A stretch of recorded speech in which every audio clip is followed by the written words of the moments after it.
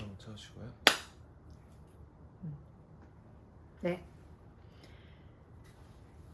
피드백이 없는 팀장님 때문에 답답한 분으로부터의 사연입니다. 네, 어른 친구 채널에 초기부터 애청하고 있는 구독자입니다. 감사합니다. 구독자는 왜 안 늘지? 저는 이직한 지 약 8개월이 된 경력직 직원으로 저희 팀은 총 10명으로 구성되어 있고 각 파트별로 움직입니다. 같은 파트로 일하는 친구와는 호흡도 잘 맞고 업무도 원활히 수행하고 있습니다. 저의 고민은 팀장님이 저희 파트에 관심이 지극히 적다는 겁니다. 인사팀에 워낙 이슈가 많다 보니 그럴 수 있다고 생각은 합니다만 교육은 우선순위가 아닌 것 같습니다. 교육팀이신가 봐요. 교육 파트. 제가 입사하고 8개월이 지났음에도 별다른 피드백도 없으시고 그냥 시행품위, 결과품위에 대한 결제만 빠르게 해주십니다.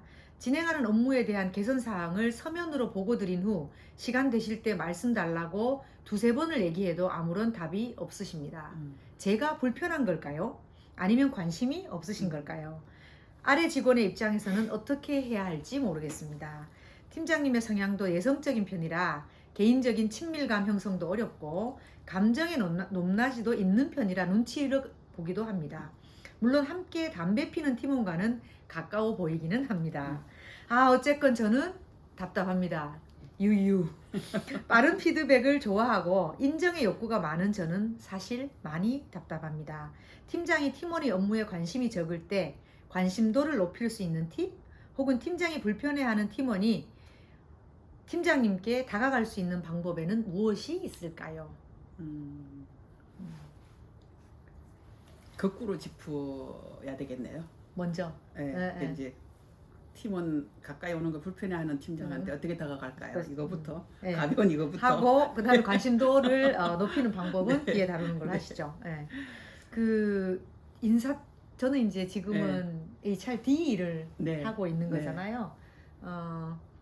처음이라 그런지 모르겠는데 네. 잘은 모르겠지만 네. 실제로 저희 회사에서도 네. 그 교육보다는 다른 전체 HR 네. 분야에 관심이 좀 많으신 것 같아요. 이게 일반적으로 그런가요? 일반적으로 그래요. 그래서 음. 교육팀이랑 인사팀이 네. 이렇게 HRM과 HRD가 완전 팀으로 분리되어져 있지 않는 회사. 이렇게 인사 안에 HRM과 HRD가 네. 섞여 있는 그런 팀에서는 관심도가 HRM에 좀 더 가 있죠. 뭐 채용하는 거, 예, 평가하는 거 뭐 예, 등등등 예, 그죠? 예, 예, 예. 그래서 그건 조금 이제 과잉 일반화할 우려는 있지만 대체로 그렇습니다. 제 경험으로는 대체로 그렇고 HRD가 중요하다 안 중요하다 이 개념보다는 HRD는 사실은 문제될 게 별로 없는 거잖아요. 그렇죠. 하면 좋은 거. 하면 좋은 거잖아요.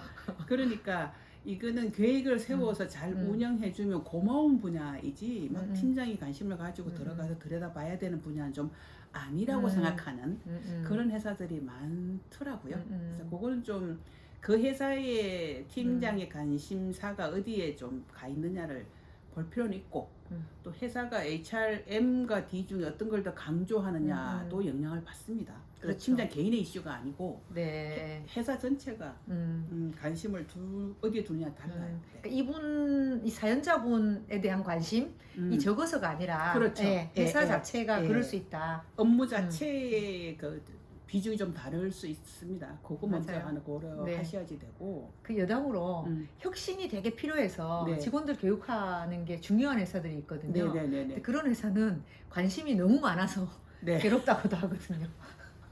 계속 새로운 프로를 개발하라. 네. 계속 네. 새로운 거 하니까 또 이제 밑에 팀원들 입장에서는 죽을 맛인 거죠. 새로운 맞아요. 거를 찾는 게 쉽지가 않잖아요. 맞아요. 또 그런 또 숙제가 있습니다. 그래서 지금 제가 보기에는 너무 심각하게 우리 부서에 관심이 우리 파트에 관심이 없는 거 아니야라고 몰아갈 필요는 없다. 네. 근데 보면 팀장님의 성격에 대한 성향에 대한 얘기도 네. 있는데 이 성향에 따라서 이런 팀장님의 반응이 다를 수도 다를 있겠죠. 수 있죠. 네. 이제 그 조직생활 해보시면 아시겠지만 팀장님들 중에 뭔가 이렇게 새로운 거를 해가지고 눈에 띄는 걸 엄청 좋아하시는 그런 매니저도 있고요. 네. 자기 팀에서 벌어지는 일들에 문제가 없는 게 더 중요한 분도 계세요. 네. 그래서 이분이 성취 동기가 높으신 분이냐 아니면 보수 안정적인 게 더 중요한 분이냐에 따라서 또 과제에 대한 관심도가 또 달라져요. 그것도 고려하셔야지 돼요. 네. 여기 이분이 관심도를 높일 수 있는 팁을 달라고 하셨는데 네. 저는 이 방금 말씀 주신 팀장님의 성향에 따라서 네. 그 팁도 좀 달라질 것 같아요. 달라지죠. 네. 만약에 지금 성격적으로 설명하신 걸로 봐서는 음. 좀 보수 안정 지향으로 보이거든요. 음. 이런 경우에 HRD 교육 쪽에서 하실 수 있는 일은 그 촘촘한 계획과 좋은 결과 이 두 가지만 보고하면 돼요. 네. 네. 그리고 이 두 가지 보고했을 때 그 예를 들면 질책이나 부정적 피드백이 없으면 굉장히 일을 잘한 걸로 내가 그렇죠. 셀프 인정하시면 돼요. 네, 잘했나 보다. 네, 잘했나 보다. 네.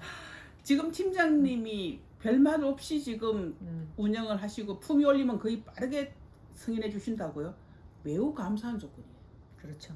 팀장님한테 인정을 받아낼 테야 할 필요가 없어요. 지금 셀프 인정해도 충분히 되는 상황이고 팀장이 문제 있어서 벌써 시비가 붙었을걸요? 그렇죠. 저는 그렇게 생각해요. 예, 예. 저는 관심도 높일 수 있는 팁을 달라고 하셨을 때 그런 생각을 했거든요. 이제 좀 팀장님이 좀 생색날 수 있는 거. 근데 그런 걸 좀 만들어서 해라. 네. 는 얘기를 하고 싶었는데 네, 말씀을 네. 듣고 보니까 네. 이 팀장님의 성향 같으면 오히려 네. 그냥 일이 잘 돌아가고 있다는 거를 이제 그냥 네. 보여주는 정도의 그렇죠. 커뮤니케이션만 하면 네. 된다는 거네요. 네. 그래서 자꾸 이런 상황에서 피드백을 요구하잖아요. 그러면 이런 성향의 매니저는 굉장히 불편해합니다. 따로 딱히 피드백할 게 없는데 자꾸 피드백을 달라고 하면 네. 그걸 엄청 숙제로 느끼거든요. 그래 그 숙제감 있으면 약간 거리를 둬요. 그렇죠. 약간 부담스러우니까 약간 네. 거리를 두거든요. 네.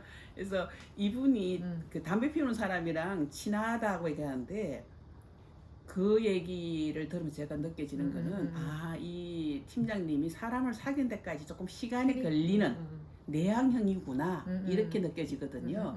그래서 담배 피우는 사람하고 오래 다니다 보니까 친한 것처럼 보여지는 것이지 맞아요. 일을 할 때 더 편애를 한다거나 그렇지 않을 거예요. 네, 네. 이분이 8개월 되셨거든요. 네, 네. 이제 그런 시간이 좀 필요할 것 같고 네. 그 시간 조급한 마음에 너무 네. 다가서려고 하면 네. 불편할 수 있는 거니까 네. 오히려 하고 있는 일에 대한 네. 그 가시성이라 그래야 되나요? 네, 네, 네, 네. 이렇게 잘 계획하고 네. 계획이 실행되고 있다는 거를 네. 그냥 꾸준하게 알려드림으로써 이분이 네. 편안하게 해드리는 거 네. 이게 더 가까워지는 방법일 수 있겠네요. 그렇죠. 그죠? 그래서 너무 이제 그게 뭐 포멀한 피드백을 요구하는 어프로치보다는 본인이 이제 계획에 대해서 올리고 혹시 거기에 대해서 추가적인 의견이 있는지 확인하고 그 다음에 잘 운영하고 난 다음에 결과에 대해서 보고 올리고 또 결과에 대해서 이분에 대한 의견을 묻는 정도만 하시면 돼요. 관심도 높이는 거는 그 정도만 하시면 되지 뭔가 이렇게 하이라이트를 받겠다고 과하게 움직이시면